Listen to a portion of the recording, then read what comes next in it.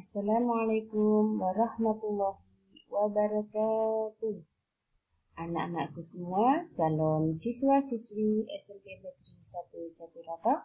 Bagaimana kabar kalian? Semoga kalian semua selalu dalam keadaan sehat walafiat. Anak-anakku, sebelumnya saya sampaikan selamat kalian sudah menjadi calon siswa-siswi SMP Negeri 1 Jatiroto. Mengapa saya sampaikan masih calon siswa? Karena kalian nanti akan resmi menjadi siswa-siswi SMP Negeri 1 Jatiroto jika kalian sudah melaksanakan MPLS SMP Negeri 1 Jatiroto tahun pelajaran 2021-2022. Anak-anakku semua, untuk materi MPLS hari ini yaitu belajar efektif yang akan disampaikan oleh kami, yaitu Bapak Dr. Andes Muhammad Saifuddin dan saya Ibu Dwi Sri Listiani. Kami adalah guru pengajar bahasa Indonesia.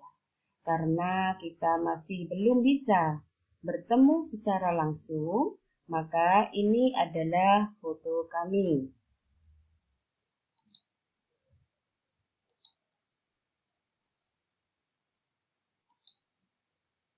Anak-anak, untuk materi belajar efektif, nanti yang akan kami sampaikan yaitu yang pertama, pengertian belajar efektif. 2. Cara-cara belajar efektif. Nah, sekarang mari kita bahas satu persatu. Yang pertama yaitu pengertian belajar efektif. Ayo, ada yang tahu tidak belajar efektif itu apa? Ya, belajar efektif yaitu proses belajar yang menyenangkan, terjadwal dengan baik, tidak memakan banyak waktu, dan mendapatkan hasil yang maksimal. Lalu, mengapa sih belajar itu harus terjadwal dan menyenangkan? Anak-anak, dalam bekerja, otak kita juga dipengaruhi oleh kondisi fisik kita. Kalau kondisi fisik kita capek, otak kita tidak dapat bekerja dengan maksimal. Kalau otak kita tidak bekerja dengan maksimal, informasi yang kita terima tidak dapat disimpan dengan baik oleh ingatan kita. Akibatnya, informasi yang pernah kita terima tidak dapat kita pergunakan lagi saat kita membutuhkannya. Lalu, sebelum kita mengetahui cara-cara belajar yang efektif, terlebih dahulu kita harus perhatikan diri kita. Temukan gaya belajarmu, yaitu kenali dirimu. Apakah kamu suka mencoret-coret ketika bicara di telepon? Apakah kamu berbicara dengan cepat? Apakah kamu lebih suka melihat peta daripada mendengar penjelasan? Jika pertanyaan itu semua ada pada diri kalian, maka kalian adalah tipe visual. Selanjutnya, perhatikan pertanyaan berikut. Yang pertama, apakah kamu suka berbicara sendiri? 2. Apakah kamu menyukai ceramah atau seminar daripada membaca buku? Yang ketiga, apakah kamu lebih suka berbicara daripada menulis? Jika pertanyaan itu semua terjawab bahwa kamu berada di situ, berarti kamu adalah tipe auditorium. Yang ketiga, perhatikan pertanyaan berikut ini. 1. Apakah kamu berpikir lebih baik ketika kamu bergerak atau berjalan? Yang kedua, apakah kamu banyak menggerakkan anggota tubuh ketika berbicara? Dan yang ketiga, apakah kamu merasa sulit untuk duduk diam? Jika itu semua ada pada diri kalian, berarti kalian adalah jenis tipe kinestetik. Lalu bagaimana cara-cara belajar yang efektif? Secara umum, cara-cara belajar efektif ada 7. 1. Buat suasana belajar yang nyaman. 2. Merangkum pokok pembelajaran. 3. Belajar bersama. 4. Metode mempersingkat atau memodifikasi menyerupai nama sesuatu. 5. Belajar dengan praktik. 6. Mengerti, bukan menghafal. Dan yang terakhir, belajar rutin, tapi jangan lama. Mari kita bahas satu persatu. Buat suasana belajar yang nyaman. Yang perlu Anda lakukan pertama adalah bagaimana cara membangun suasana belajar yang nyaman.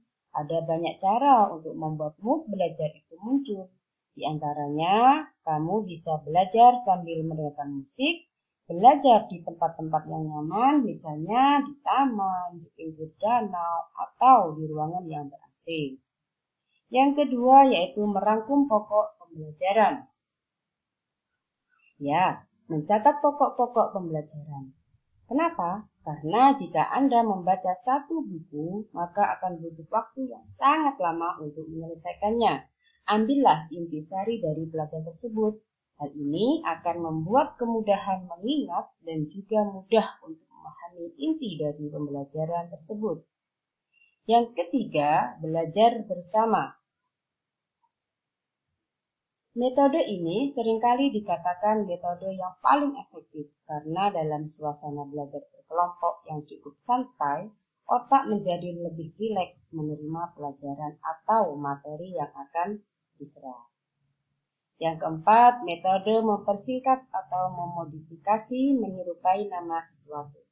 Metode ini digunakan bagi beberapa orang yang kesulitan dalam menghafal dengan cara menggunakan nama-nama yang hampir mirip untuk mengingat materi. Contohnya pemberian warna-warna pelangi yang kita kenal dengan Nejiku Ibini. Yang kelima, belajar dengan praktik. Belajar sambil praktik adalah hal yang sangat efektif.